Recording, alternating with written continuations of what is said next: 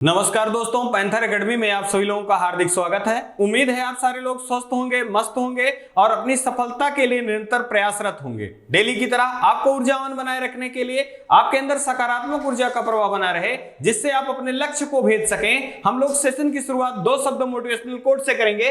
तो आइए देखें, यहां लिखा गया, बेहतर से बेहतर की तलाश करो, मिल जाए नदी तो समंदर की तलाश करो, टूट जाता है शीशा पत्थर की चोट से, टूट जाए पत्थर ऐसा शीशा तलाश करो। मतलब अपने अंदर की जो कमियां हैं उनको हमको ढूंढ के निकालना है और उन कमियों को अच्छाई के रूप में बदलना है। अगर ऐसा हम कर लेते हैं तो निश्चित ही हम सफलता के बहुत करीब पहुंच जाएंगे और सफल होके ही रहेंगे। इसी क्रम में सेशन की शुरुआत करेंगे और आपसे यही गुजारिश है कि आप सेशन में शुरुआत से लेकर अंत तक बने रहिए। निश्चित ही इस सेशन से आपको लाभ होने वाला है। आइए इसी क्रम में हम लोग आज का पहला प्रश्न देखें। देखिए यहां दिया गया है, पहला प्रश्न है, विश्व थैलीसीमिया दिवस किस दिवस को मनाया जाता है? तो पहला विकल्प है 1 मई, दूसरा दिया गया है 8 मई, तीसरा दिया गया 3 मई, चौथा दिया गया 11 मई। दोस्तों इस प्रश्न का जो सही आंसर आपका होगा विकल्प नंबर बी सही होगा। 8 मई को विश्व थैलीसीमिया दिवस के रूप में मनाया जाता है। यह एक प्रकार की अनुवांशिक बीमारी है जिसमें आरबीसी का बनना बंद हो जाता है और इनको समय समय पर डायलिसिस की आवश्यकता पड़ती है। अगर हम इसी 8 मई से संबंधित एक अन्य महत्वपूर्ण जानकारी के रूप में देखें तो विश्व रेड क्रॉस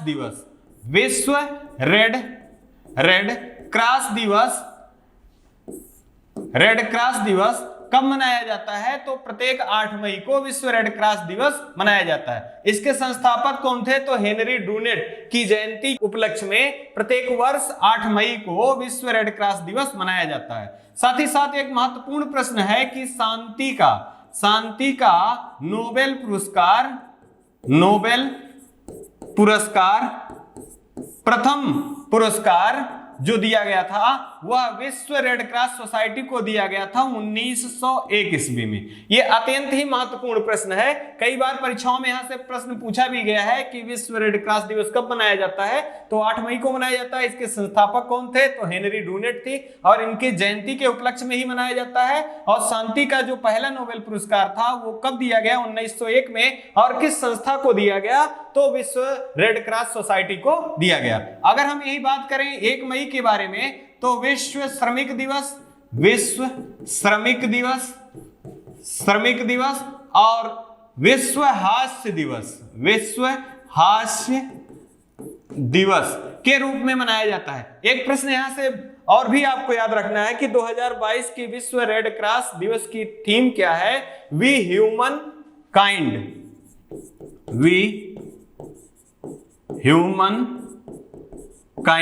ये 2022 की थीम है। साथ ही साथ अगर 3 मई के बारे में देखें, 3 मई को विश्व प्रेस स्वतंत्रता दिवस के रूप में मनाया जाता है। और 11 मई को राष्ट्रीय प्रौद्योगिकी दिवस के रूप में मनाया जाता है। आइए इसी क्रम में दूसरा प्रश्न देख लें। हाल ही में मैड्रिड ओपन का खिताब किस खिलाड़ी ने जीता? अत्यंत ही महत्वपूर्ण प्रश्न है। आप देखिए, पहला दिया गया है अलेक्जेंडर जोग्रेव, दूसरा राफेल नडाल, तीसरा दिया गया है नोवाक जोकोविच, चौथा दिया गया है कार्लोस अल्कराज। यहां पर जो सही विकल्प होगा विकल्प नंबर डी होगा, कार्लोस अल्कराज। इनका संबंध किस देश से है? तो इनका संबंध स्पेन से है। साथ ही साथ ये विजेता रहे हैं और उप विजेता कौन रहे हैं? तो अलेक्जेंडर जोग्रेव ये उप विजेता रहे हैं। उप विजेता रहे। अभी हाल फिलहाल के दिनों में मियामी ओपन का खिताब किसने जीता? यह भी कार्लोस अल्कराज ने जीता था। साथ ही साथ आपको कुछ महत्वपूर्ण खेल जो अभी हाल फिलहाल के दिनों में आयोजित हुए हैं उनसे आपको ध्यान रखना है। जैसे अगर आपसे पूछ लिया जाए ऑल इंडिया बैडमिंटन चैंपियनशिप का खिताब किसने जीता? तो ये लक्ष्य सेन ने जीता। अगर यही पूछा जाए ऑल इंग्लैंड बैडमिंटन चैंपियनशिप का खिताब किसने जीता? तो विक्टर विक्टर एक्सेल्सन ने जीता। स्विस ओपन का खिताब किसने जीता? तो वो पीवी सिंधु ने जीता।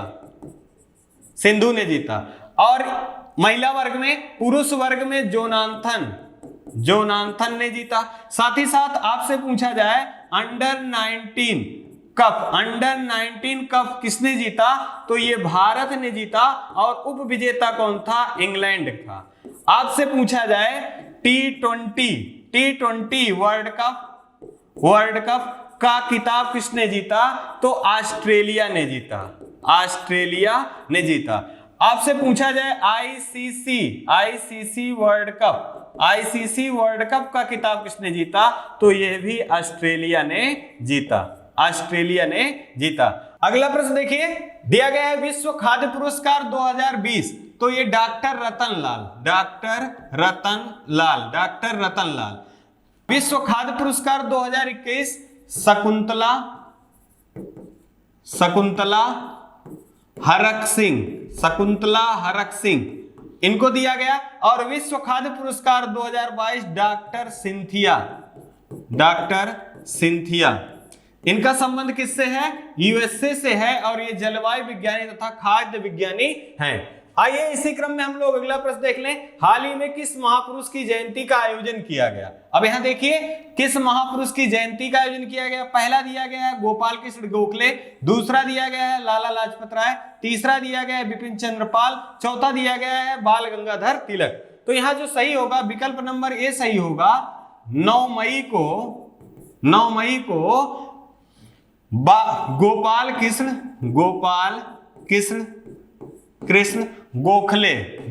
कृष्ण गोखले जी की जयंती का आयोजन किया गया। अब यहां से बहुत महत्वपूर्ण प्रश्न बना है दोस्तों कि महात्मा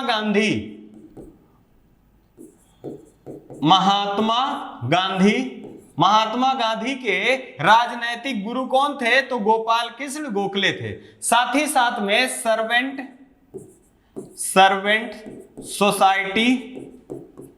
सोसाइटी ऑफ इंडिया के संस्थापक कौन थे? तो वो गोपाल कृष्ण गोखले थे। एक प्रश्न और भी बना है कि भारतीय राष्ट्रीय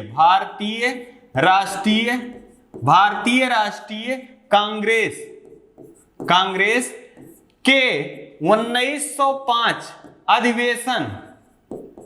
अधिवेशन की अध्यक्षता किसके द्वारा किया गया था? तो गोपाल कृष्ण गोखले द्वारा किया गया था। और यह अधिवेशन कहां हुआ था? बनारस में हुआ था। साथ ही साथ आपको यहां से 3 जो नाम दिए गए हैं, लाला लाजपत राय और बिपिन चंद्र पाल और बाल गंगाधर तिलक, इनको लाल बाल पाल के नाम से जाना जाता है। यह भी प्रश्न पूछा गया है कि लाल बाल पाल का संबंध किन से है? तो लाल लाला लाजपत राय और पाल का मतलब बिपिन चंद्र पाल और बाल का मतलब बाल गंगाधर तिलक। और ये गरम दल के थे, गरम दल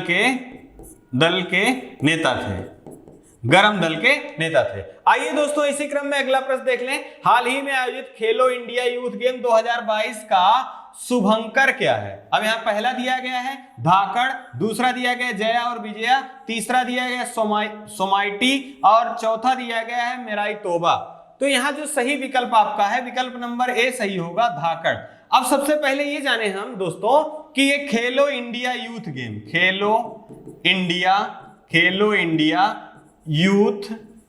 खेलो इंडिया यूथ गेम 2022 का आयोजन कहां किया गया? तो हरियाणा के पंचकुला में। साथ ही साथ यहां का जो शुभंकर है वो क्या है? धाकड़ है। शुभंकर जो है ये धाकड़ है। अब यहीं पे हरियाणा से संबंधित कुछ चीज जाने तो हरियाणा का गठन 1966 ईस्वी में हुआ था और यहाँ के जो मुख्यमंत्री हैं मनोहर लाल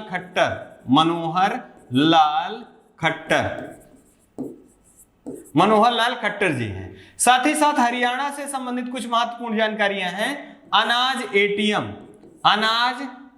एटीएम प्रारंभ किस राज्य में किया गया? तो वो हरियाणा राज्य में किया गया, हरियाणा राज्य में किया गया। साथ ही साथ वन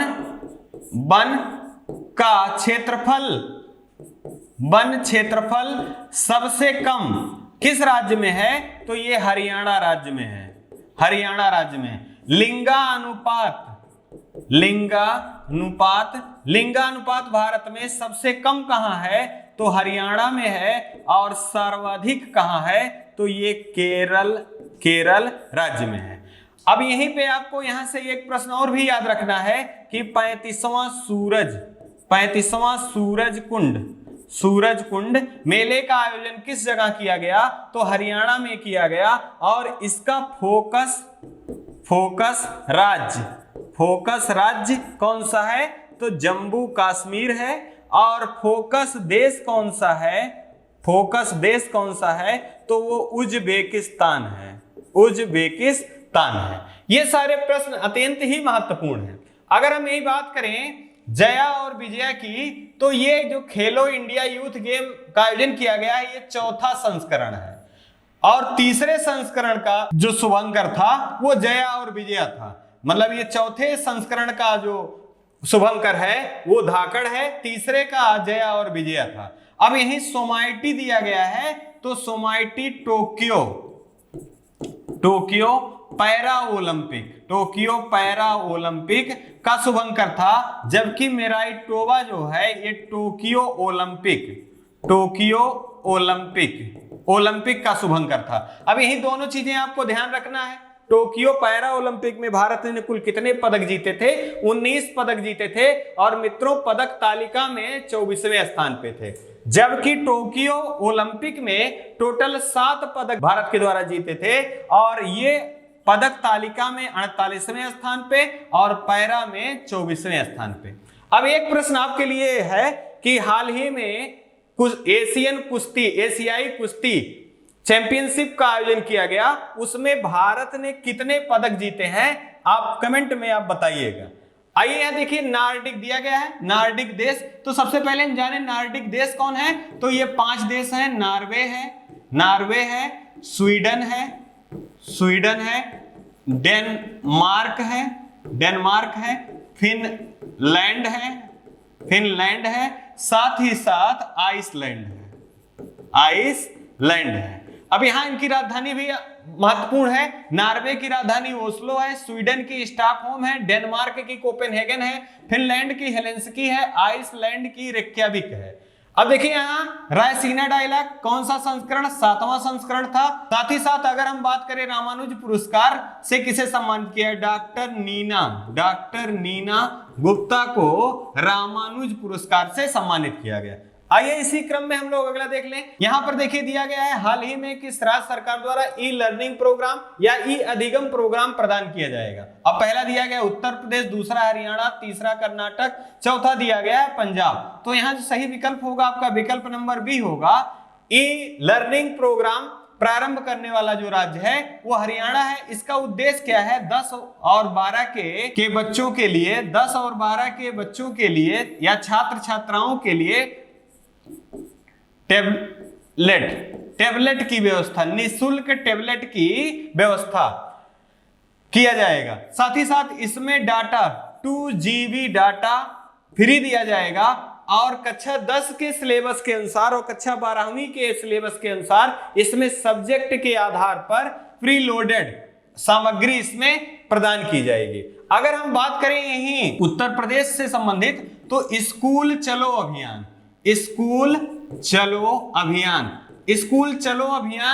किस राज्य के द्वारा प्रारंभ किया गया? तो उत्तर प्रदेश के मुख्यमंत्री योगी आदित्यनाथ जी द्वारा प्रारंभ किया गया। कहां से प्रारंभ किया गया? तो श्रावस्ती से किया गया।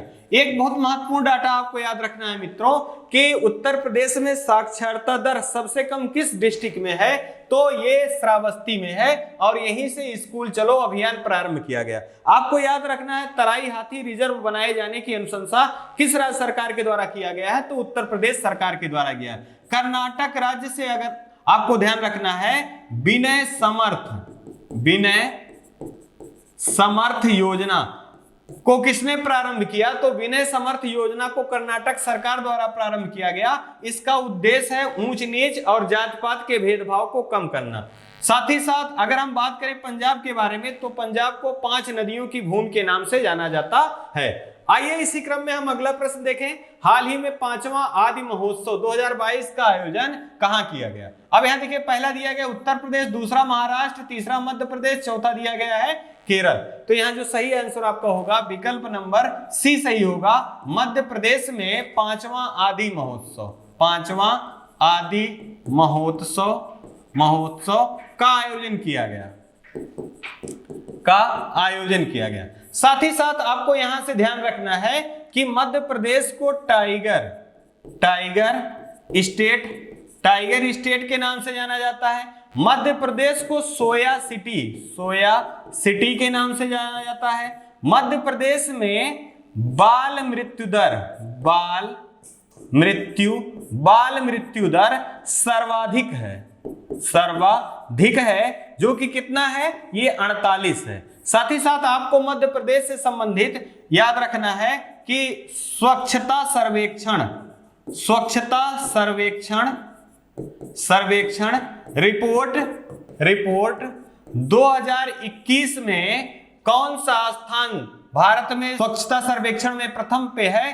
तो इंदौर जो है ये मध्य प्रदेश का है और ये लगातार पांचवी बार स्वच्छता सर्वेक्षण में प्रथम स्थान पर है। अगर हम यही उत्तर प्रदेश के बारे में बात करें तो स्मार्ट सिटी अवार्ड, हाल ही में स्मार्ट सिटी अवार्ड की घोषणा की गई। तो उत्तर प्रदेश को स्मार्ट सिटी अवार्ड के रूप में प्रथम राज्य के रूप में दर्जा प्रदान हुआ है। साथ ही साथ उत्तर प्रदेश से एक महत्वपूर्ण और भी जानकारी, राष्ट्रीय जल पुरस्कारों का भी घोषणा किया गया, जिसमें उत्तर प्रदेश का स्थान प्रथम और दूसरे स्थान पर राजस्थान, तीसरे स्थान पर तमिलनाडु।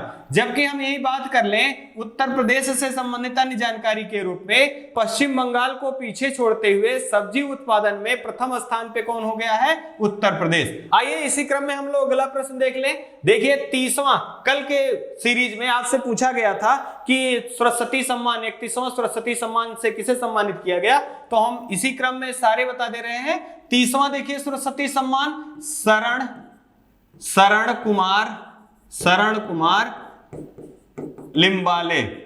कुमार लिम्बाले को दिया गया। जबकि 31वां सरस्वती सम्मान किसे दिया गया?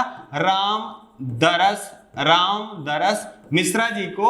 और इसका संबंध किससे है? उत्तर प्रदेश से है। इनकी कृति क्या है? मैं तो यहां हूं। किसान भागीदारी प्राथमिकता हमारी किस मंत्रालय की पहल है? तो कृषि मंत्रालय की पहल है। तो यहां से 2 महत्वपूर्ण प्रश्न आपको पुनः याद रखने हैं कि कृषि मंत्री नरेंद्र सिंह तोमर जी द्वारा 2 पोर्टल लॉन्च किए गए। एक का नाम carp CROP comprehensive registration of pesticide, और PQMS plant quarantine management system, ये आपको याद रखने हैं। आइए इसी क्रम में अगला देखें। हाल ही में मुख्य न्यायाधीश सुधांशु धुलिया को किस न्यायालय से उच्चतम न्यायालय के न्यायाधीश के रूप में नियुक्त किया गया? अब यहां पहला देखिए आपका दिया गया गुवाहाटी उच्च न्यायालय, दूसरा गुजरात उच्च न्यायालय, तीसरा उत्तराखंड उच्च न्यायालय, और चौथा दिया गया इनमें से कोई नहीं। तो इस क्वेश्चन का सही आंसर आपका होगा विकल्प नंबर ए, गुवाहाटी उच्च न्यायालय से मुख्य न्यायाधीश सुधांशु धुलिया को उच्चतम न्यायालय के लिए नियुक्त किया गया है। अब यहीं पे हम कुछ चीजें जाने जो कि अत्यंत ही महत्वपूर्ण है। उच्चतम न्यायालय राज्य व्यवस्था में अनुच्छेद 124 से 127 तक वर्णित है, और अनुच्छेद 32 संवैधानिक उपचारों का अधिकार के आधार पर उच्चतम न्यायालय 5 प्रकार के रिट जारी करता है। साथ ही साथ अगर हम बात करें ही कि भारत के पहले मुख्य न्यायाधीश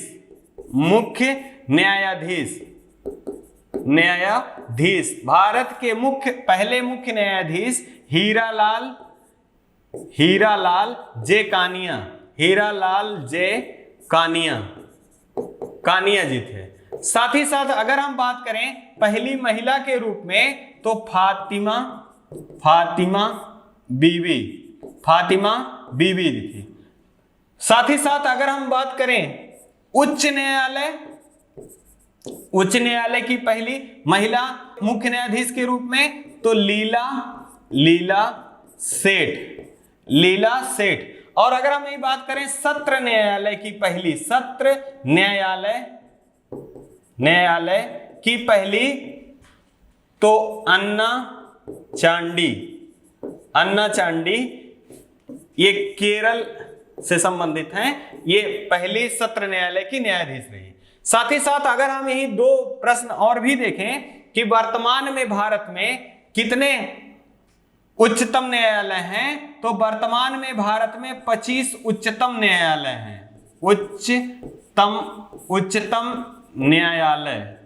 न्यायालय है। 25वां कौन है? तो आंध्र प्रदेश के अमरावती में नवनिर्मित उच्चतम न्यायालय जो है वो नवीनतम है। साथ ही साथ अगर हम बात करें कितने सर्वोच्च न्यायालय के न्यायाधीशों की संख्या कितनी है, तो 33 सर्वोच्च न्यायालय के न्यायाधीश और एक भारत के मुख्य न्यायाधीश। तो भारत के मुख्य न्यायाधीश कौन है? तो एन वी रमन्ना जी जो हैं ये भारत के मुख्य न्यायाधीश हैं। आइए इसी क्रम में अगला प्रश्न देख लें। हाल ही में किस देश की आर्थिक स्थिति ठीक ना होने के कारण प्रधानमंत्री ने इस्तीफा दे दिया? तो यहाँ पहला दिया गया मालदीव, दूसरा दिया गया बांग्लादेश, तीसरा दिया गया श्रीलंका, चौथा दिया गया भूटान। तो विकल्प के आधार पर यहाँ जो प्रश्न सही होगा ये विकल्प नंबर सी सही होगा, श्रीलंका। और श्रीलंका की जो राजधानी है ये जयवर्धनेपुरे कोट्टे है और यहाँ के जो प्रधानमंत्री थे वो महिंद्रा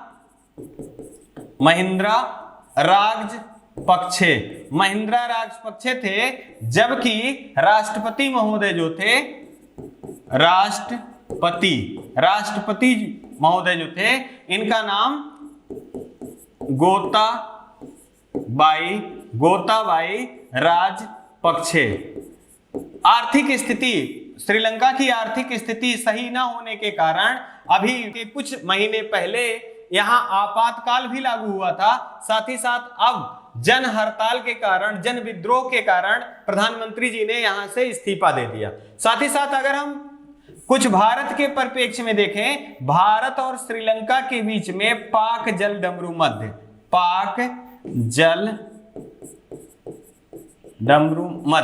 भारत और श्रीलंका के मध्य में कौन सा जल डमरू मध्य है? तो पाक जल डमरू मध्य है, जो कि बंगाल की खाड़ी और मन्नार की खाड़ी को जोड़ता है और भारत और श्रीलंका के बीच में है। हाल ही में एक प्रश्न यहां से और भी बना कि स्लाइनेक्स युद्धाभ्यास किन किन देशों के बीच में होता है? तो स्लाइनेक्स युद्धाभ्यास भारत और श्रीलंका के बीच में होता है। अगर यही बात करें मालदीव के बारे में, तो मालदीव की राजधानी माले है और ये एशिया महाद्वीप का सबसे छोटा देश है। साथ ही साथ अगर हम बांग्लादेश के बारे में बात करें तो बांग्लादेश की राजधानी ढाका है। एयर क्वालिटी इंडेक्स 2021 की रिपोर्ट के अनुसार विश्व का सबसे दूषित देश कौन सा है? तो वो बांग्लादेश है। जबकि राजधानी के रूप में पूछा जाए तो भारत की राजधानी नई दिल्ली लगातार दूसरी बार है। और यहीं पे अगर हम बात करें भूटान की, तो भूटान की राजधानी थिम्पू है। आइए इसी क्रम में हम लोग अगला प्रश्न देख लेते हैं। देखिए यहाँ अत्यंत ही महत्वपूर्ण प्रश्न दिया गया, 56वां ज्ञानपीठ पुरस्कार तो नीलमणि फूकन जी को दिया गया, जबकि 57वां ज्ञानपीठ पुरस्कार दामोदर माउजो जी को दिया गया। लारियस स्पोर्टमैन का पुरस्कार किसे दिया गया है? लारियस स्पोर्टमैन का पुरस्कार जो है मैक्स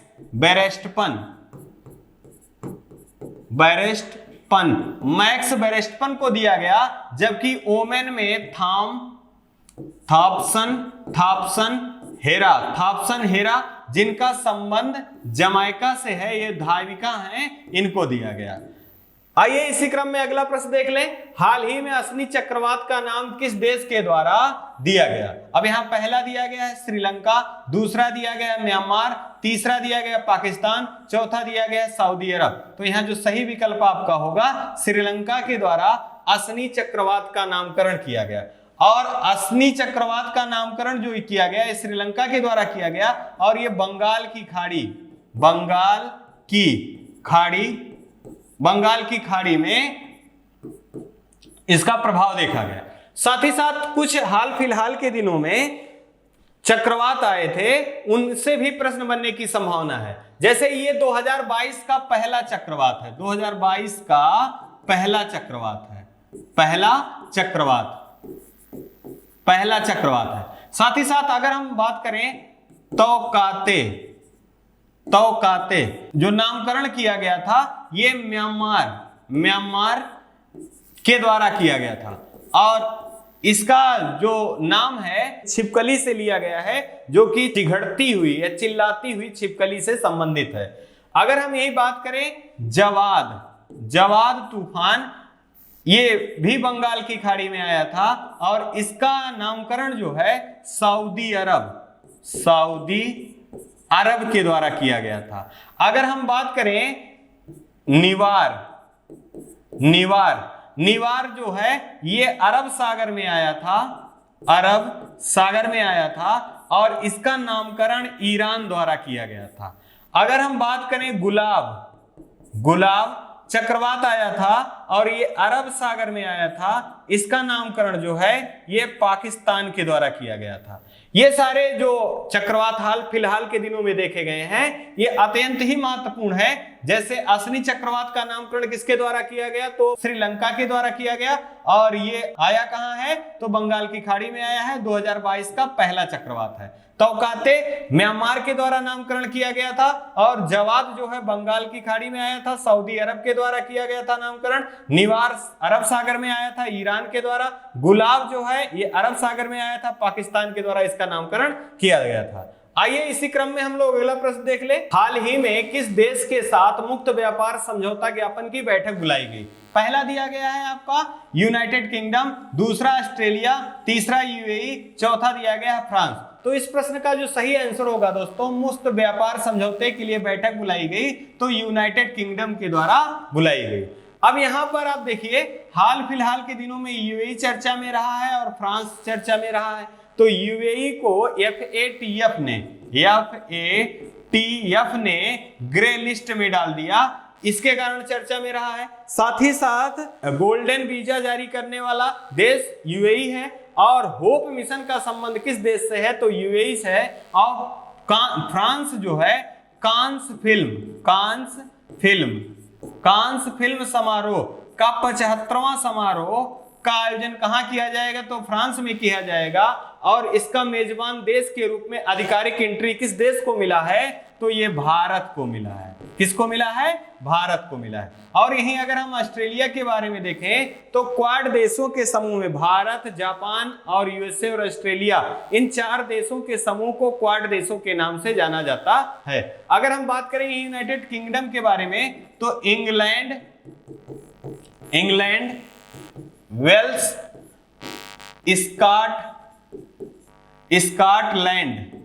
स्कॉटलैंड और उत्तरी आयरलैंड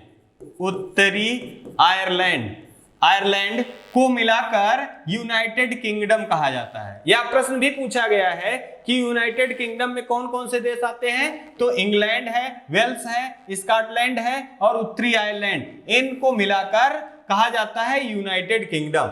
आइए इसी क्रम में हम लोग अगला प्रश्न देख लें। Laureus breakthrough of the year award से किसे सम्मानित किया गया? तो एम्मा रादुकानु को सम्मानित किया गया। ये टेनिस की प्लेयर है। सर्बिया बेलग्रेड का खिताब किसने जीता?